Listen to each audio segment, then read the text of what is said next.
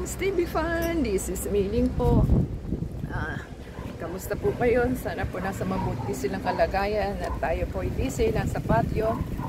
So, i-unhaul po natin ang ating garden soil. Ito po yung ating garden soil na nabili dahil hindi po natin na nabuksan. Now, gagamitin po natin, kaya po ating buksan at silipin kung tama po yung ating garden soil. Kung maganda po ba ang ating garden soil na nabili.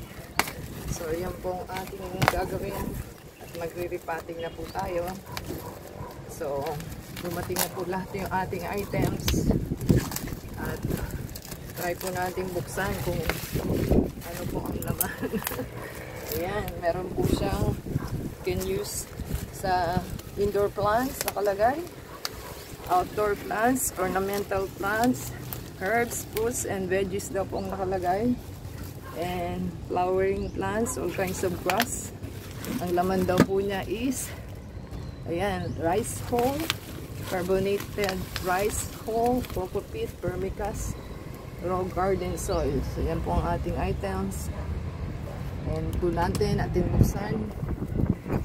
Ayan, nabuksan na po natin itong ating items, kaya lang ating po silipin kung maganda ba o hindi.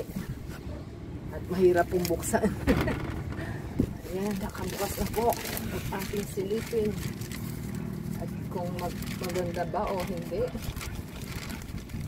So, ito po ang ating soil kasi yan o, brownish black po ang ating soil. Hindi ninyo makita yun.